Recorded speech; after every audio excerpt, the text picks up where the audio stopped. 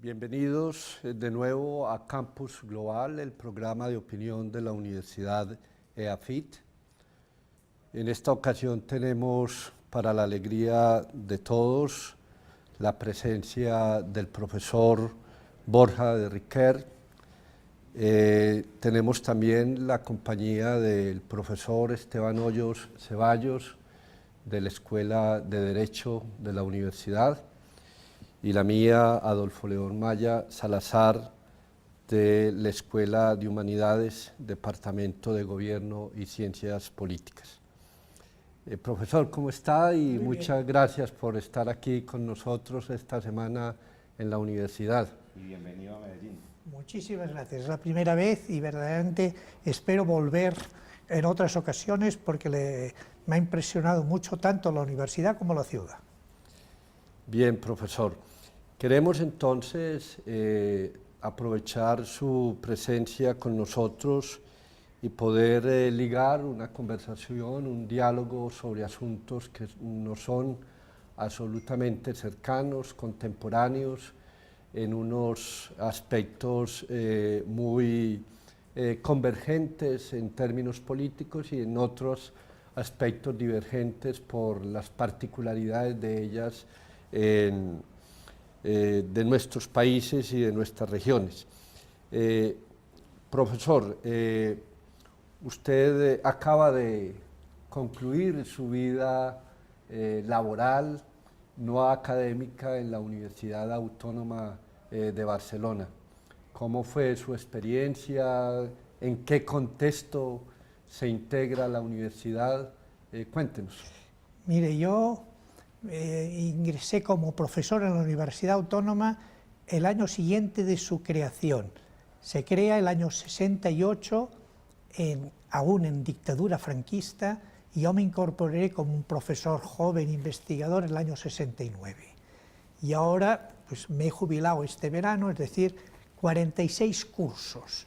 Por lo tanto, he visto la transformación, primero la creación de una universidad nueva y pequeña y que quería ser innovadora, en una universidad grande de campus con 40.000 estudiantes y más de 2.000 profesores, es decir, de gran dimensión. Todo esto yo lo he vivido y evidentemente he vivido la transición de los últimos años a la dictadura, la lucha por la democracia y finalmente el logro de la democracia y la estabilización.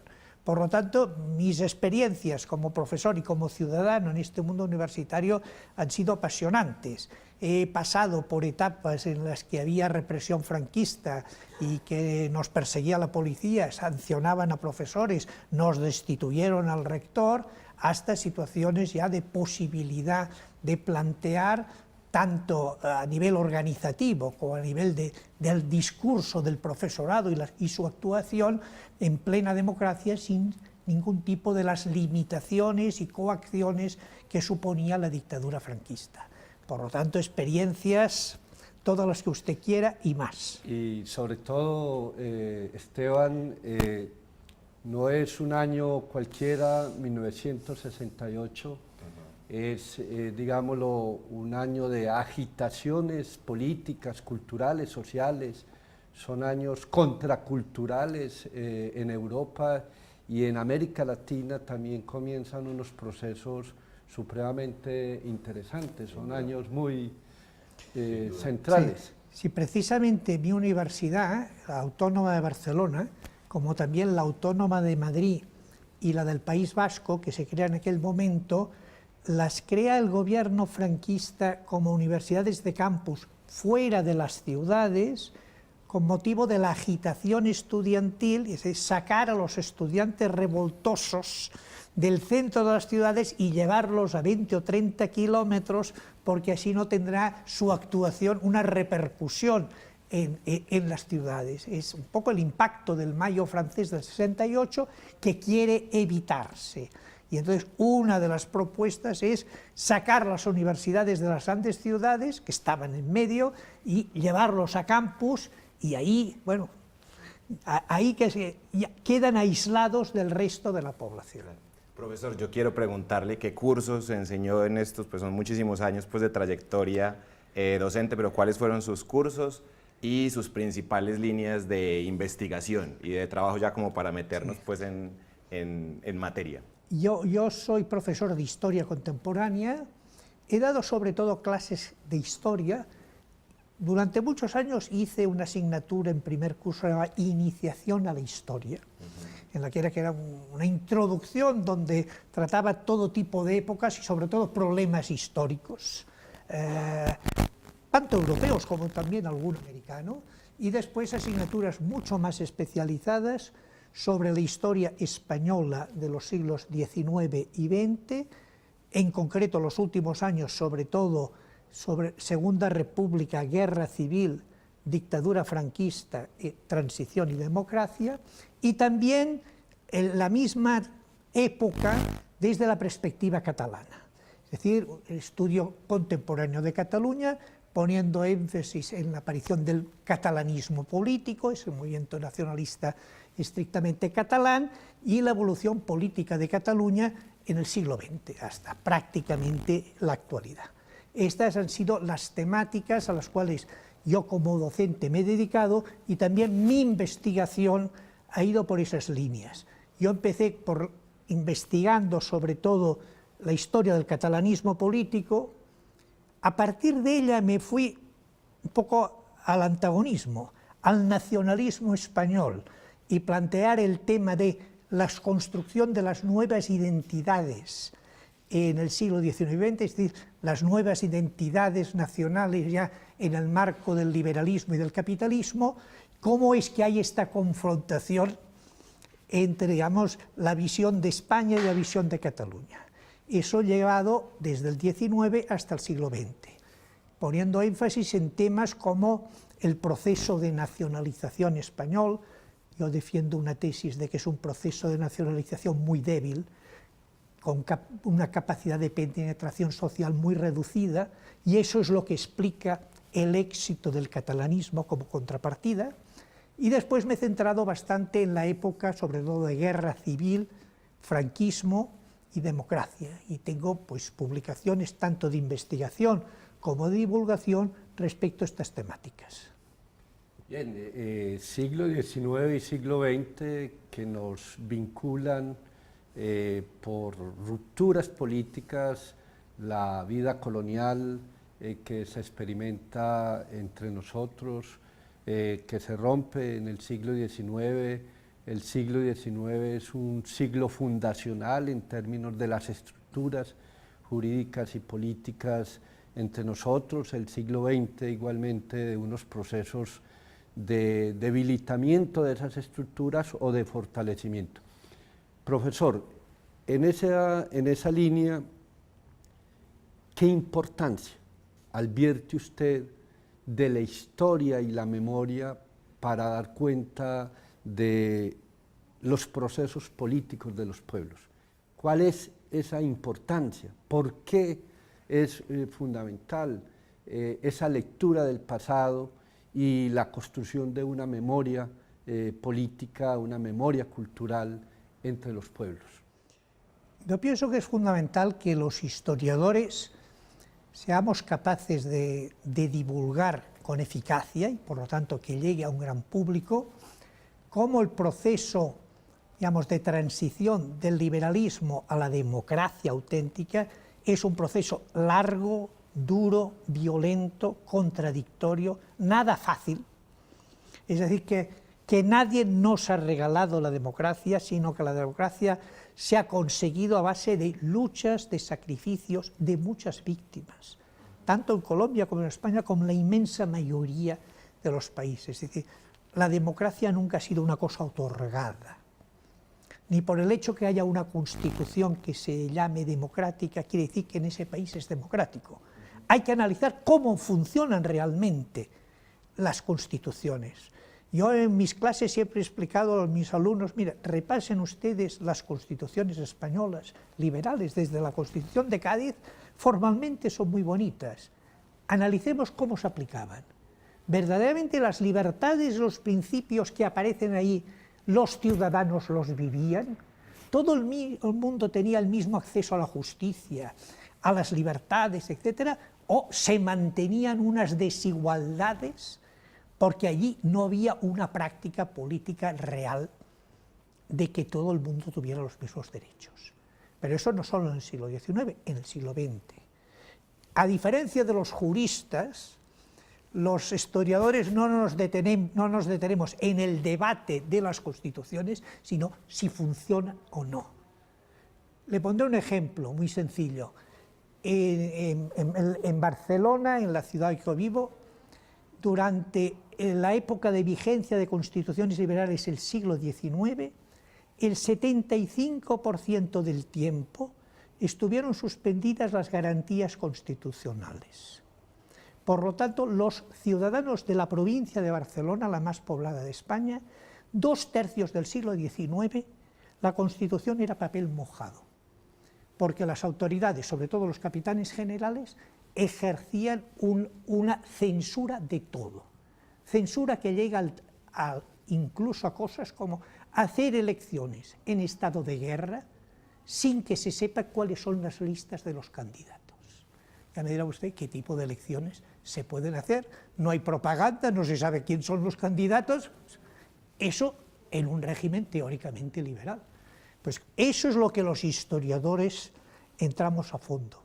¿Hasta qué punto se cumplen en realidad las leyes? Una inquietud que me surge es un poco cómo usted ha visto el rol de la academia española y concretamente el rol de las facultades de historia, sí, pues, y de los departamentos de historia ante esa construcción del pasado, de la forma en la cual se hace la historia y sobre todo esta historia reciente, contemporánea, sobre la que usted ha trabajado, como su valoración del papel de los académicos allí en el contexto español.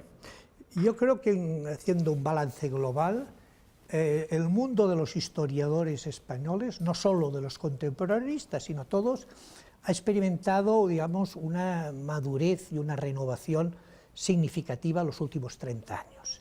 Había una vieja historiografía muy lastrada, no solo por el franquismo, sino por una tradición positivista, muy rancia, muy tradicional, que ha sido claramente desbordada por nuevas generaciones de historiadores más conectados al mundo metodológico y científico internacional, de manera que en este momento la historiografía española es absolutamente homologable a cualquier historiografía punta europea, sea la francesa, la italiana, la británica o la alemana.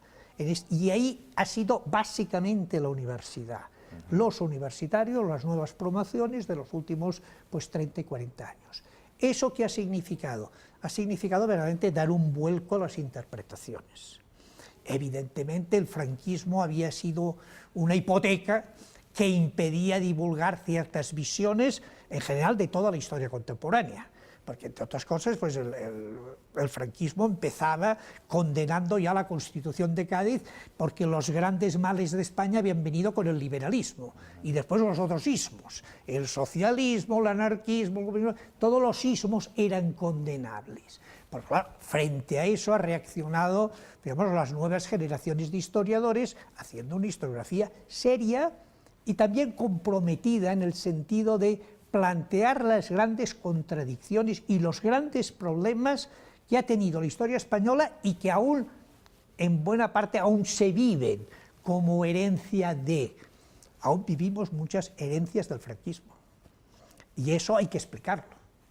El por qué es como aún hay temas, hay aspectos en el que hay una controversia que está muy lastrada por tradiciones políticas anteriores que han intentado dar unas visiones falsas o exageradas de ciertos problemas o han ocultado otros, porque una parte importante de esta historiografía oficial franquista era la ocultación de temas que había que no tratar. Una cuestión que les puede interesar es, por ejemplo, cómo se contemplaba desde España la historia de América. Yo estudié en una universidad en que la asignatura de Historia de América empezaba con Colón y acababa con Pizarro y Cortés. La apología de la conquista y se acaba. Nada sobre la gestión de la colonia, nada sobre la emancipación y nada sobre la América Latina del siglo XIX y XX. no interesaba. Hoy, evidentemente, en las universidades españolas se explica desde los aztecas hasta el siglo XXI, como tiene que ser, con todos los contrastes y con un planteamiento claramente, digamos, autocrítico sobre el papel de una metrópoli respecto a una colonia y explicando bien los porqués del proceso de emancipación, como debe ser. Pero el franquismo lo había lastrado.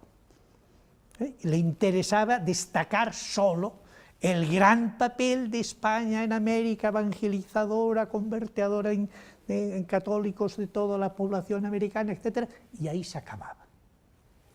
Profesor, entonces usted lo que nos está sugiriendo es que la historia es un lugar estratégico del poder, que hay una relación entre la política y el poder por imponer o por hacer dominante una perspectiva, una interpretación de la historia. De allí, tanto en el pasado como en el presente, estas historiografías, por ejemplo, la que usted nos enuncia, la historiografía franquista, una historiografía que repite como un modelo o como un guión de que la dictadura fue un acto necesario, que la dictadura fue justificable. En ese sentido es que usted nos está planteando esas batallas por la historia, esas interpretaciones luchadas en la historia. Sí, tiene toda la razón. Es decir, gran parte de los políticos tienen la tentación de imponer una historia oficial. El que controla políticamente el presente quiere también controlar el pasado para justificar dónde está.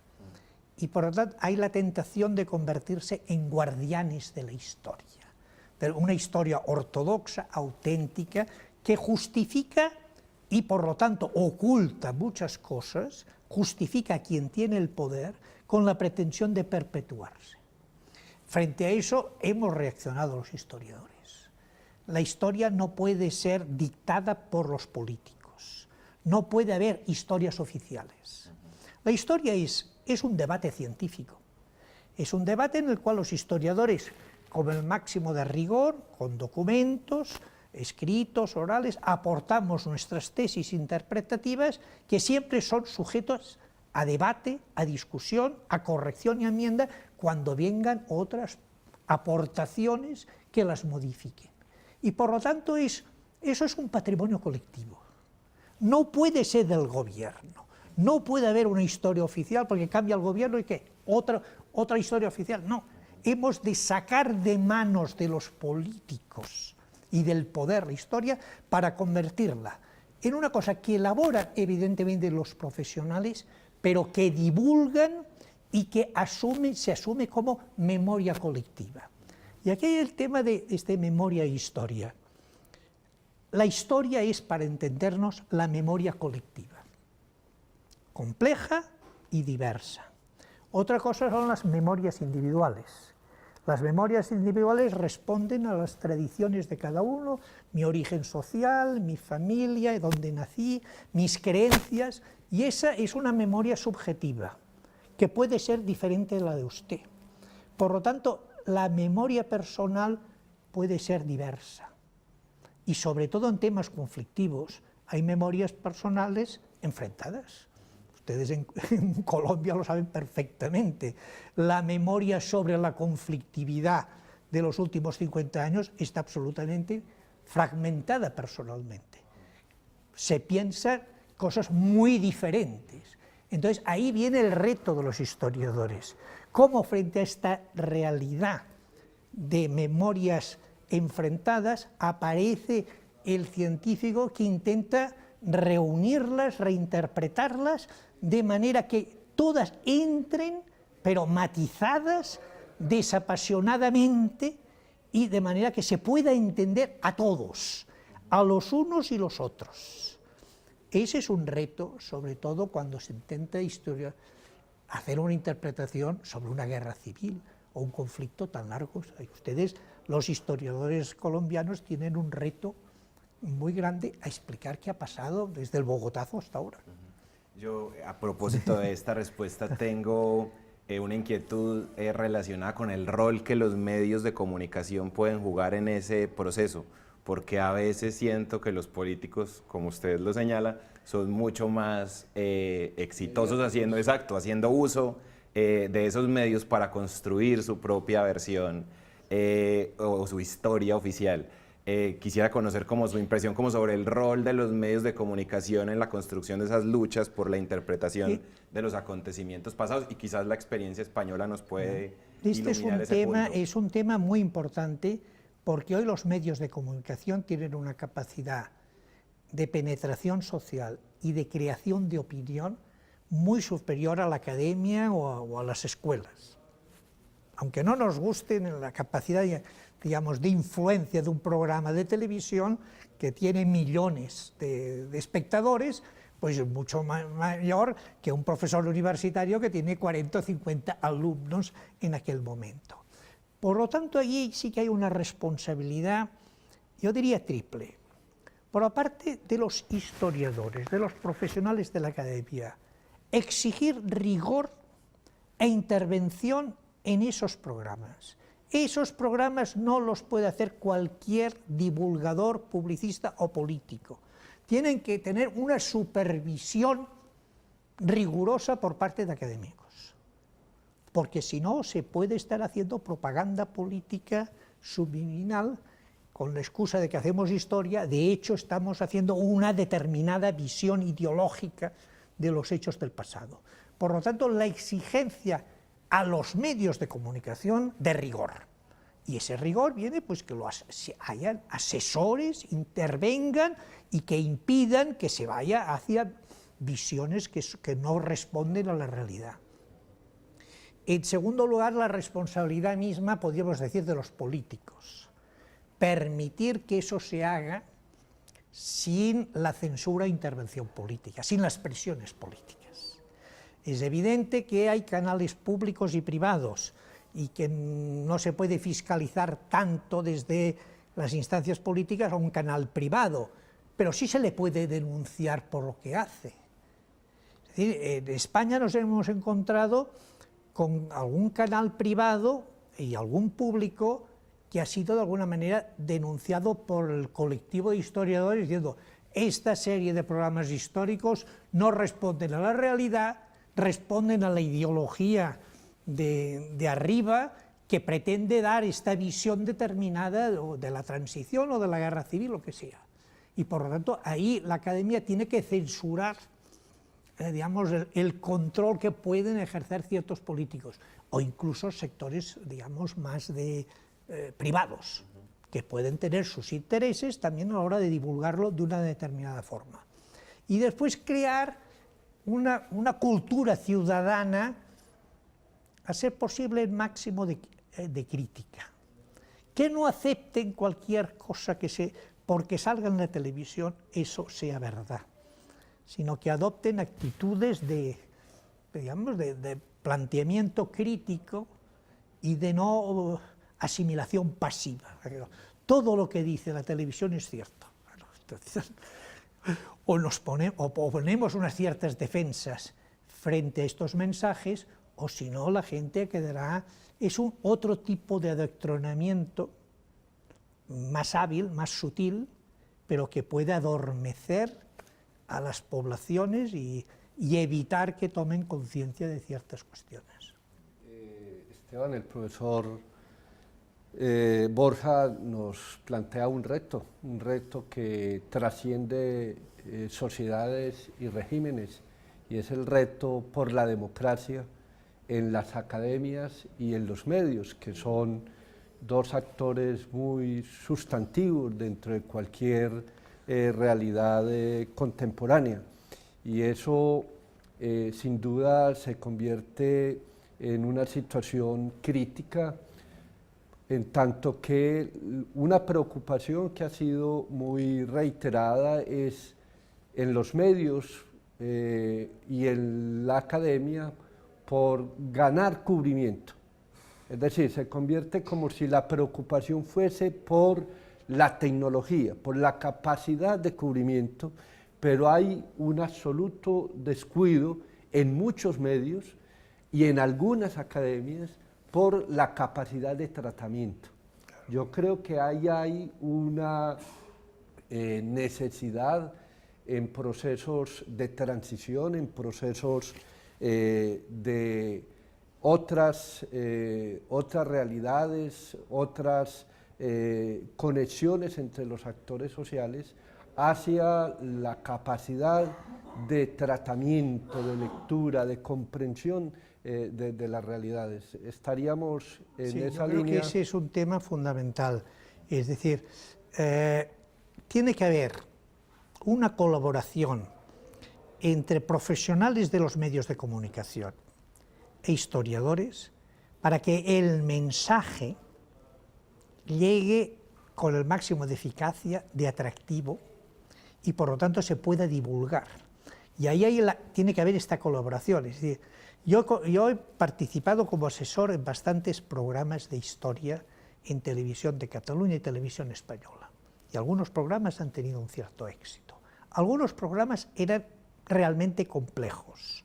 Entonces, evidentemente tiene que ser el profesional de los medios de comunicación el que plantee cuál es el vehículo mejor, más positivo para que llegue al gran público y tenga éxito.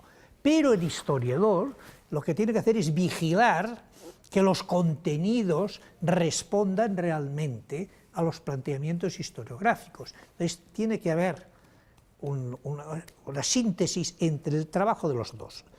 Profesor, uno de los temas de sus discusiones acá en la Universidad de AFID es el tema de las insuficiencias de la justicia reparadora. ¿Es la justicia reparadora insuficiente? ¿Y cuáles son esas insuficiencias de acuerdo con usted y con su trabajo? En el caso español, saliendo de la dictadura franquista, en los pactos de la transición se cometió, en mi opinión, un grave error, y no solo mi opinión, que es, para buscar la reconciliación, hacer una especie de acto de amnesia histórica, lo cual significaba olvidemos el pasado para no abrir más heridas. Pero claro, habían unas heridas abiertas, que eran de todos los represaliados por el régimen franquista, a los cuales casi no se les atendió. Era un tema desagradable de tratar. Se decía, no es el momento, es demasiado pronto. Ahora resulta que ya es demasiado tarde. ¿Qué insuficiencias? De entrada, el reconocimiento de que eran víctimas. Aún hay en España unas 2.600 fosas comunes con unos 45.000 cadáveres de gente fusilada en los últimos momentos de la guerra civil y después en los primeros años del franquismo. No ha habido una ayuda oficial, una política para la localización, identificación y exhumación y reconocimiento de estas víctimas. Queda en manos privadas, de las asociaciones de las víctimas, de los hijos y los nietos de las víctimas o de los historiadores. Bueno, eso es increíble. Otra cuestión central, la justicia franquista. Si bien ha sido condenada claramente como ilegítima, no se han anulado las sentencias de los consejos de guerra franquistas, con lo cual se da, digamos, por buena esa sentencia. En la Ley de Memoria Histórica del año 2007 ese tema quedó pendiente. Los políticos no tuvieron voluntad de abordar y hacer lo que, por ejemplo, hizo la República Federal Alemana, que es declarar que toda la justicia política, tanto del régimen nazi como de la República Democrática Alemana, había sido ilegal y quedaba claramente anulados todos los procesos y los jueces obligados a reconocer eso. En España, algunos jueces conservadores, con la excusa de que en la Ley de Memoria Histórica no habla de anulaciones, se niegan a hacer anulaciones y dicen, eso es un tema ya prescrito, o incluso dicen, es que en ese momento que se dictaron esas sentencias, eso era legal. Claro, en una dictadura era legal. Bueno, ahora no estamos en una dictadura. Bueno, es decir, se llegan a cosas de aberración y por lo tanto han quedado pendientes muchos temas y no ha habido valentía política por los partidos gobernantes de derecha e izquierda de abordar seriamente este tema. Profesor, vayamos y escuchemos qué piensa algunas personas de estos procesos vividos tanto en España como en Colombia, en términos particulares, qué piensa la gente que le puede enseñar la transición, la experiencia de la dictadura franquista a los colombianos y a una Colombia que anda también en un proceso de lograr transformar el conflicto armado interno en una situación política de acuerdos y de paz. Vayamos a ver qué piensa la gente. Yo pienso que Colombia le puede aprender a España pues como en el posconflicto la parte del perdón, o sea, entender tanto las altas cortes y pues, los funcionarios públicos y los ciudadanos, que lo que tenemos en este momento es entender que se viene una Colombia diferente, o sea, llevamos 50 años en una misma guerra que tal vez de pronto se pueda terminar, pero es cuestión como de entenderlos todos y que, o sea, a pesar de que haya tanta oposición, de que muchas personas no estén de acuerdo, es como entender que los guerrilleros que van a venir a nuestras ciudades, que van a volver a la ciudad, tienen que entender que somos también parte de sus vidas y que, o sea, como lo hizo España. Yo creo que Colombia no debería cometer lo que España cometió, o sea, en este momento estamos viviendo lo que vivió España, de la corrupción y quién está en la cárcel. Pensemos en Colombia y no lo volvamos a vivir. Pienso que nosotros olvidamos que realmente detrás de cada guerrillero hay una persona.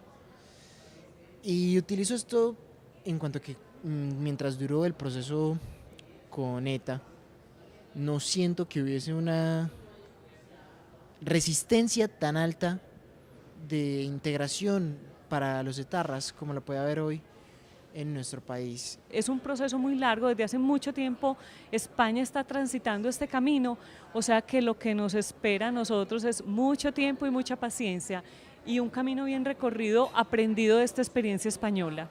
En el posconflicto, que es posible que pese a nuestras diferencias nos encontremos en escenarios comunes donde comencemos a aprender a respetar, a entender la diferencia. Y estar preparados a un cambio que viene y que no es fácil de la noche a la mañana y que tomará de mucho tiempo para que como sociedad sepamos reintegrarnos, perdonarnos y prepararnos para una nueva Colombia que puede llegar si como colombianos lo aceptamos. Entonces podemos tomar de España que su historia nos muestra que de alguna forma ha sido un proceso difícil, pero que han conseguido una regeneración en su tejido social. Este campus global nos permite hallar conexiones, hallar simultaneidades, pero también diferencias en nuestros procesos políticos particularmente vividos. Profesor Borja, Cataluña acaba de vivir unas elecciones con unos resultados políticos electorales muy provocadores para el análisis y muy referenciales para la política. ¿Cómo lee los resultados de las últimas elecciones en Cataluña? Es complejo intentar explicarles a ustedes cómo se ha llegado aquí a este tipo de votación. Con respecto a los resultados electorales, globalmente 48% de los electores han votado a candidaturas partidarias de la independencia y eso en escaños ha significado más de la mayoría absoluta. Aproximadamente un 37 o un 38% han votado candidaturas contrarias a la independencia y un 13% a candidaturas que no se definían ni a favor ni en contra, pero que defendían la necesidad de un plebiscito. Ahí nos encontramos en un problema, digamos, una prueba de fuerza sobre la calidad democrática española. Es decir, ¿hasta qué punto, cuando hay un territorio que ofrece este tipo de resultados, el gobierno español tiene autoridad moral para decir, esos resultados no me interesan, no estoy dispuesto ni a negociar un plebiscito, ni a negociar nada? Lo que ha pasado en los últimos 5 años ha sido esto, desde 2010,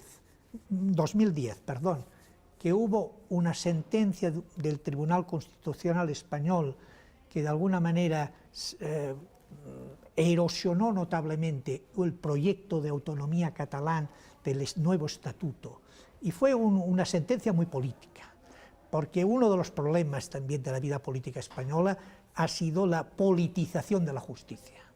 El Tribunal Constitucional, pues, entre otras cosas, el presidente actual es un militante del partido en el poder. Claro, que el presidente del Tribunal Constitucional sea un militante de un partido, pues ya puede suponer ustedes cómo van a ir las sentencias, para dónde van a ir. Por lo tanto, un tribunal con escasa autoridad moral, que incluso supera los plazos de los magistrados. 1/3 de los magistrados habían caducado su mandato y se les retuvo 4 años más, porque no interesaba cambiar la composición política de ese tribunal. Es decir, ese tribunal sanciona y liquida en la práctica la propuesta catalana que había sido plebiscitada y aprobada en las Cortes españolas. Ese tribunal se convirtió en una especie de tercera cámara que enmendaba al legislativo y al referéndum, lo cual jurídicamente ya es bastante discutible. Y después, ¿qué se produce? Un fenómeno doble. Una movilización ciudadana impresionante en Cataluña, que desborda las previsiones de los propios partidos catalanistas, y una actitud cerrada del Gobierno de Madrid que se niega a negociar todo, ni a hablar de problemas fiscales, ni problemas de competencias, ni problemas generales, y evidentemente no acepta que pueda haber una consulta a los ciudadanos de Cataluña. Eso ha ido radicalizando la cosa. Es el gobierno Rajoy el que ha fabricado más independentistas en Cataluña, con su actitud intransigente de no querer negociar nada, y eso nos ha llevado a donde estamos ahora. Yo espero que en las elecciones próximas, el 20 de diciembre de este año, habrá España elecciones generales, seguramente el Partido Popular no ganará y aparecerán una composición política que puede ser muy compleja, con fuerzas nuevas como Podemos o Ciudadanos, con el Partido Socialista y con otras fuerzas que planteen la necesidad de cambiar el ciclo político y, entre otras cosas, reformar o hacer una nueva Constitución y abordar el tema catalán desde unos planteamientos democráticos de comprensión mutua, porque es que hasta ahora esto está cerrado. Claro, profesor y Esteban, muchas gracias por este espacio. Quisiera de manera muy breve no desaprovechar su presencia y hacerle una formulación. Dígame. ¿Cómo leen ustedes el proceso de diálogos entre el gobierno colombiano y las FARC? Usted enuncia plebiscitos, referéndum, consultas populares. Disposición del gobierno. Claro. ¿Cómo leen ustedes este proceso que estamos viviendo? Bueno, mi opinión personal es que están ustedes en un momento histórico que es importante no desaprovechar. A lo largo de la vida no aparecen muchos momentos como este. Una auténtica reconciliación implica que no haya ni vencedores ni vencidos. Por lo tanto, que aquí todo el mundo tenga que renunciar a algo. Siempre todo el mundo saldrá insatisfecho, porque lógicamente no va a lograr el 100% de lo que quería. Pero es que es eso la reconciliación y la pacificación. Es encontrar un punto de encuentro en el cual tiene que participar el máximo de gente. No puede ser de un solo presidente, tiene que ser también de todos los políticos y de la ciudadanía. seguramente no es fácil, nada fácil, porque las heridas abiertas que tienen ustedes son enormes y extremadamente complejas, con la intervención de los narcotraficantes, además del tema de las diferencias políticas y de las otras violencias. Con lo cual el tema no es nada fácil. Eso no se resuelve en 3 meses. Quizá durará algunos años y en algún momento se tendrá que pedir a la ciudadanía que ratifique eso. Pero es importante que esta ratificación vaya con el máximo de consenso de las fuerzas políticas y sociales. Intentar evitar que haya un sector significativo que diga que no. Se dice que no, es que no apuesta por la reconciliación, que defiende sus intereses más particulares. Aquí todo el mundo tiene que ceder, y no es fácil cuando ceder, entre otras cosas, significa pues que tú has sido víctima, pero es que hay víctimas de todo tipo. Hay todo tipo de víctimas y no podemos hacer unas víctimas de primera división y otras de segunda. Las víctimas son todas iguales, guste o no guste. Bueno, ha sido un gusto para Campus Global contar con su presencia. Muchas gracias, profesor. Bienvenido siempre a Medellín, profesor de Ricard. Muchísimas gracias a ustedes por la oportunidad que me han dado de comunicarme con toda la gente que pueda ver este programa.